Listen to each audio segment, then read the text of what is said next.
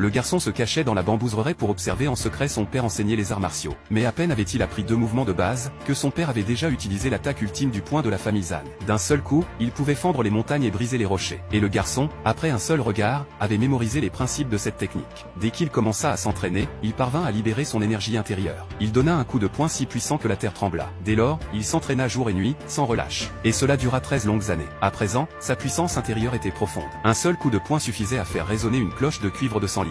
Alors qu'il s'apprêtait à frapper de nouveau, sa mère le surprit. Ce n'est qu'en voyant la cloche déformée qu'elle comprit que son fils avait secrètement appris le poing de la famille Zan. Elle le força immédiatement à s'agenouiller pour avouer sa faute. En réalité, le jeune homme était un fils illégitime de la famille Zan. Et selon les règles ancestrales, il n'avait pas le droit d'apprendre les arts martiaux. Son frère aîné, autrefois très doué lui aussi, avait été frappé par leur père pour avoir secrètement appris l'art familial. Et il était devenu idiot après ce coup. Le jeune homme ne pouvait oublier le coup que son père avait asséné sur la tête de son frère. Il était déterminé à changer les préjugés du clan envers les fils illégitimes. À ce moment-là, son frère idiot arriva en courant. En voyant son état, Jacques jura de lui rendre justice, et frappa la cloche de toutes ses forces. Mais sa mère l'arrêta brusquement, lui disant que cette cloche ne pesait qu'une centaine de livres, et qu'il n'était même pas capable de la briser, preuve qu'il n'était pas destiné aux arts martiaux. Mais une fois Jacques parti, la cloche commença à se fissurer. Ce qu'ils ignoraient, c'est que cette cloche ne pesait pas 100 livres, mais 1 million. Pour hériter du titre de chef du clan, Jacques décida de participer au grand tournoi d'arts martiaux. Le jour du tournoi arriva. Le premier combattant à monter sur le ring affronta le cousin de Jacques, mais fut éjecté en à peine 2 échanges. Ce cousin, capable de briser une cloche de 100 livres, avait déjà atteint le niveau d'un maître de 2e place. Aucun disciple du clan ne pouvait le battre. Au fil des combats, il vainquit plusieurs maîtres à la suite.